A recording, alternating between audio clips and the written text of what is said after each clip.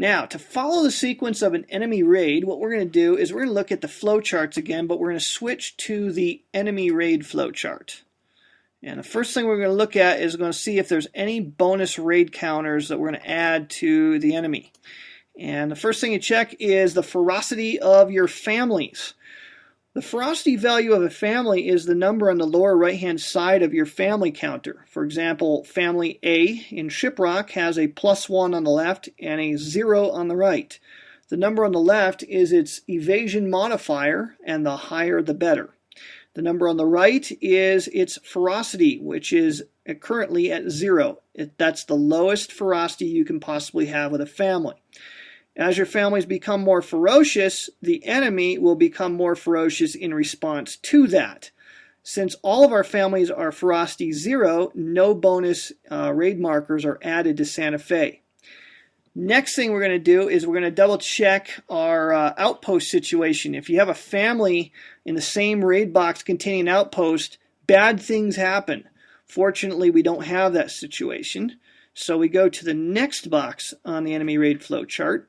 And what we're going to do is we're going to place 1 or 2 enemy raid counters into a single raid box which does not already contain a raid counter, and which is adjacent to a previously placed raid counter or the Santa Fe box.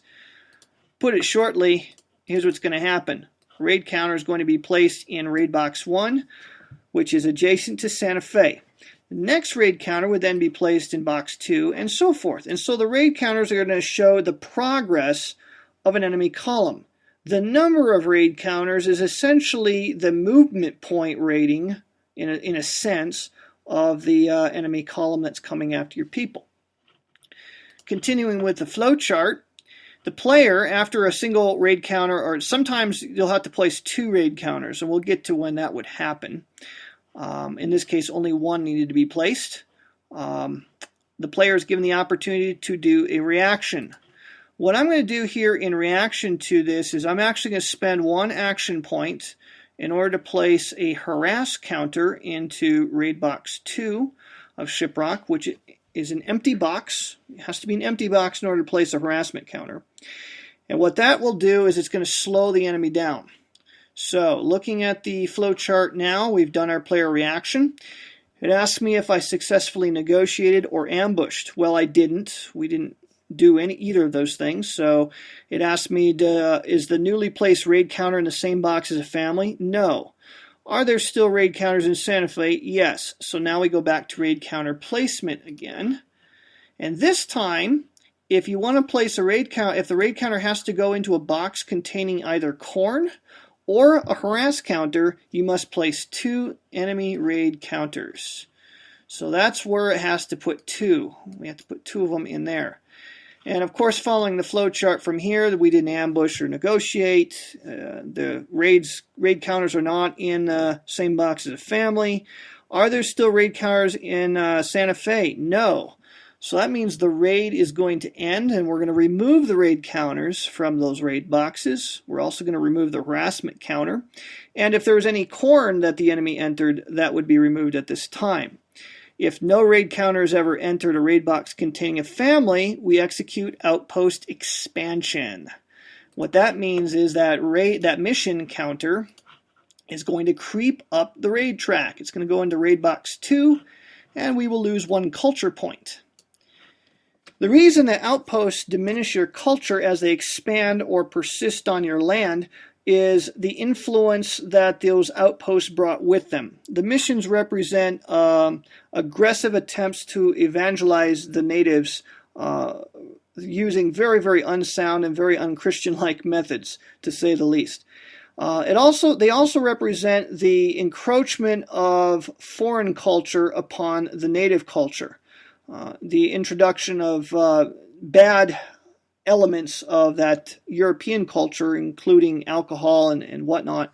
Also sometimes disease, although disease was nowhere near as deadly in New Mexico as it was in New England, for example. But that's what these things represent, and that's why you got to get rid of them, otherwise they will drag you down. So in this case, the raid is done. This was a very small raid. As you see coming up, there's a raid 11. That's going to put 11 raid counters down, and that one's going to be a lot harder to stop. But fortunately, we got a little bit of time to deal with it. Looking at the next instruction, or it's a raid 11, which means there's 11 APs required. There's only one available, so that ends the enemy's operational segment.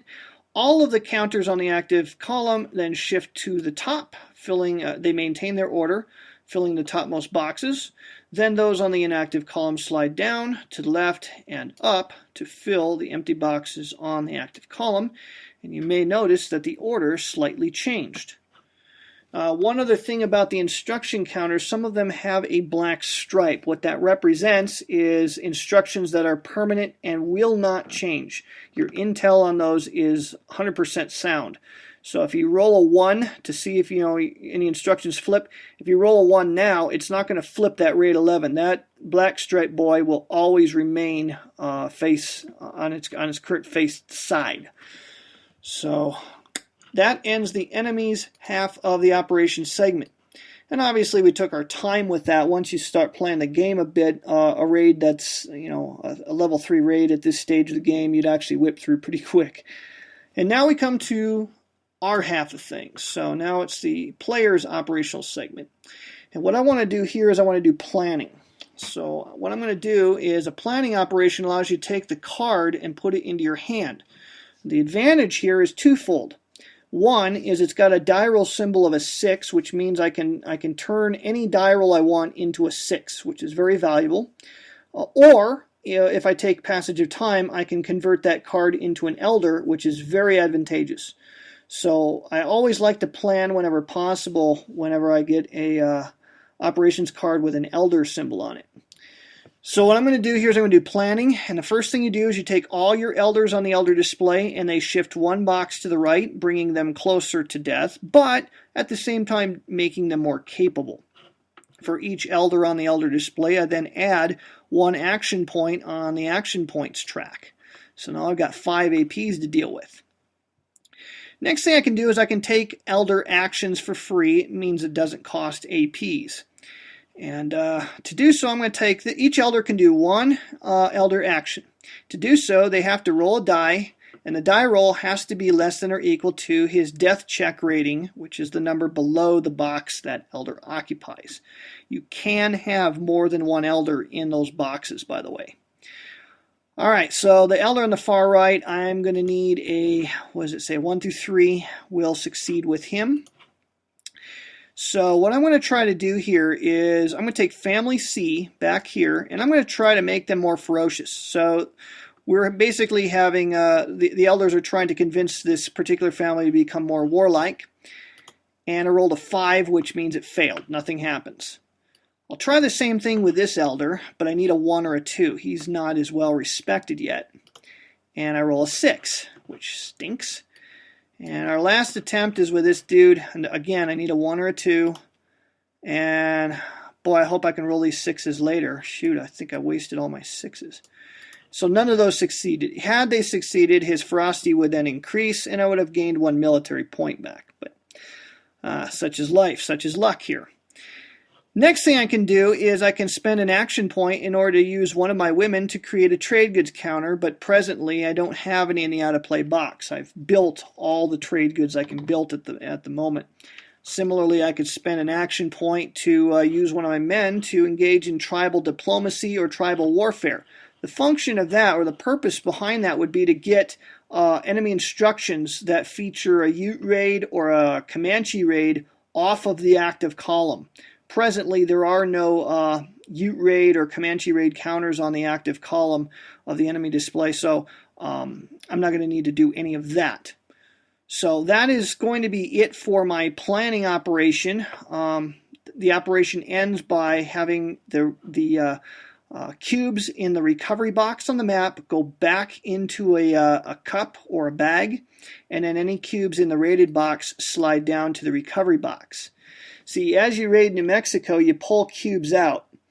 And the more you pull out, the more it slows down the enemy. But the more you pull out, the more likely it is you're going to pull a bad cube out. And in other words, the enemy becomes more on the alert. But slowly, those cubes are going to recycle themselves. So we took a step here that's going to help recycle a very valuable black cube back into the bag. So we finished our operational segment. We then conduct the major event on the card. On this card, the major event is Influential Elders. If planning operation is executed, which we did, each elder on the elder display may execute an additional special elder action without a die roll. So we get a bonus here. Each of these elders can do an elder action. So this guy here is going to increase Family C's Frosty by 1, and we get a military point out of that. And I think I'm going to do the same thing with Family A. And we'll get another military point out of that. And then the last one, the last elder on the left, he's going to actually trade 1 culture. So his culture goes down by 1 to increase military by 1. I always try to keep an even keel in the game. If you get tilted too far to military or too far to culture, you're just begging for disaster. I've seen games where I ran on military points and I've got a lot of culture, and that culture will evaporate very quickly. So that's all done. The major event is now executed. Following the sequence of play, we do the minor event, which is a die roll symbol. What that means is we roll a die. And if the die roll matches that on the card, we get to take the card into our hand, whether or not we took planning. Well, since we took planning, that wouldn't have helped us. I mean, we already got the card coming into our hand. But if it doesn't match that symbol, then what we do is we look at the number on there, and if it matches an area on the map that contains an outpost, then you lose a culture point. In either case, if it does not match that on the card, the cubes all cycle. So that cube in the recovery box goes back in the raid pool. And then we come to the discard phase, and here we find that since we undertook planning operation, this card will go into our hand. And so now we are holding 2 cards in our hand. And you can hold a number of cards in your hand equal to the number of family counters on the map, in this case 3, plus the number of elders on the elder display, which in this case is 3, so we can hold a maximum of 6 cards. So that's our very first card here of this demo.